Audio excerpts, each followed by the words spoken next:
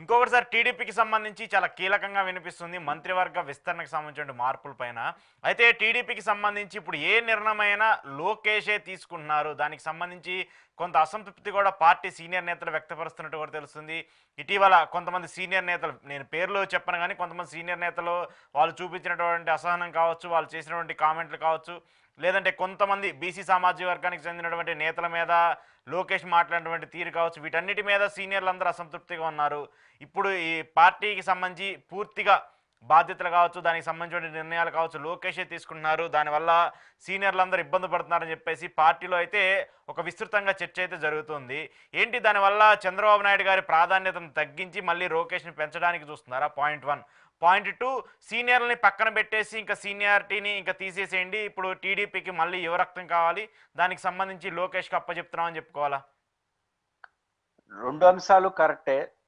లోకేష్ గారితో సర్దుకోకపోతే రాజకీయంగా వాళ్ళు ఇంకా సర్దుకోవాల్సిందే ఎవరైనా సరే. ఎందుకంటే దాన్ని తప్పు కూడా పట్టను నేను. ఎందుకంటే లోకేష్ అనే వారు భవిష్యత్తు తెలుగుదేశం పార్టీ లీడరు. ఇప్పుడు కాబట్టి ఎప్పుడు ఎమర్జ్ అవుతాడు ఆయన? జగన్మోహన్ రెడ్డి గారు రాజశేఖర రెడ్డి చనిపోయిన తర్వాత ఎంత కష్టపడ్డాడు ఎదగడానికి. కాబట్టి చంద్రబాబు నాయుడు గారు ముఖ్యమంత్రిగా ఉన్నారు. ఇప్పుడే ఆయన ఎదగాలి, పార్టీ నడపాలి. ఆయన నడపలేదని మీకు అభిప్రాయం ఉంటే ఏ రోజున పెట్టుకోండి. అంతే తప్ప లోకేష్ అనే ఆయన చంద్రబాబు నాయుడికి రాజకీయ వారసుడు. దీని అందరూ ఒప్పుకుంటున్నారా లేదా? ఒప్పుకోకపోతే మాట్లాడుకోండి పార్టీలో.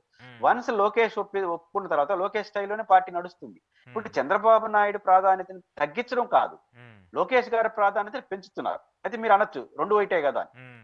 చంద్రబాబు నాయుడు గారి ప్రాధాన్యత తగ్గించడం ఏంటి? ఆయన 15 ఏళ్ళ ముఖ్యమంత్రి, 20 సంవత్సరాలు అవుతుంది ఈ సంవత్సరం. ఇంకా ఆయన ప్రాధాన్యత ఉంటే లోకేష్ ఎప్పుడు ఎదగాలి పార్టీలో? అంతే కదా. కాబట్టి లోకేష్ అనే యువ నాయకుడు తెలుగుదేశం పార్టీ భవిష్యత్ నాయకుడుగా మీరు అంగీకరించిన తర్వాత, మీరందరూ ఒప్పుకున్న తర్వాత లోకేష్ గారి స్టైల్లోనే పార్టీ నడవాలి. అది కరెక్ట్. రాజ్యాంగం కాకపోవచ్చు, ప్రోటోకాల్ కాకపోవచ్చు, అది పర్ఫెక్ట్లీ కరెక్ట్ రాజకీయంగా. ఈ టైంలో సర్దుకుంటారా? రాజకీయంగా సర్దుకునేస్తారా? ఇంకా ఆల్టర్నేటివ్ ఏమి లేదు. రెండో అంశం, లోకేష్ గారు లీడర్ గా యాక్సెప్ట్ చేయాలంటే నిర్ణయాలంతా ఆయన చేయకపోతే ఎవరు చేస్తే అవుతుంది? ఇప్పుడు మంత్రివర్గం విస్తరణ, నామినేటెడ్ పదవులు, పార్టీలో పదవులు అన్ని చంద్రబాబు గారు చేస్తుంటే లోకేష్ ఎవరు చూస్తారు? అనుభవం ఎప్పుడు వస్తుంది? యాక్సెప్టెన్స్ ఎప్పుడు వస్తుంది? కాబట్టి లోకేష్ గారికి అనుభవం, యాక్సెప్టెన్స్ రెండు రావాలంటే ఆయన పవర్ ఇవ్వాల్సిందే, అధికారికంగా అనధికారికంగా. కాబట్టి రెండోది సీనియర్లు. ఇప్పుడు లోకేష్ సీనియర్లతో కొంచెం ఇబ్బందే.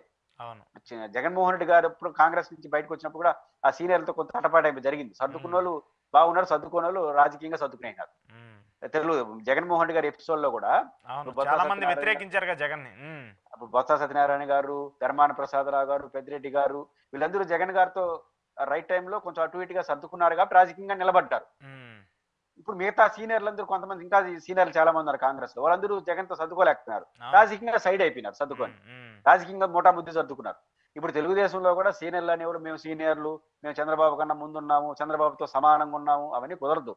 చంద్రబాబు గారితో సమానంగా ఉంటే చంద్రబాబు తర్వాత మీరు సర్దుకోండి రాజకీయంగా, అంతే తప్ప లోకేష్ గారితో రాజకీయంగా సర్దుకోకపోతే సైడ్ అయిపోతారు, రాజకీయంగా సర్దుకోవాల్సి వస్తుంది. ఖచ్చితంగా లోకేష్ గారు భవిష్యత్ నాయకుడు తెలుగుదేశం యాక్సెప్ట్ లో. మీకు వద్దు అనుకుంటే లోకేష్ గారి పద్ధతి, ఆయన రాజకీయ నాయకుడుగా భవిష్యత్ లీడర్ గా ఒప్పుకోకూడదు.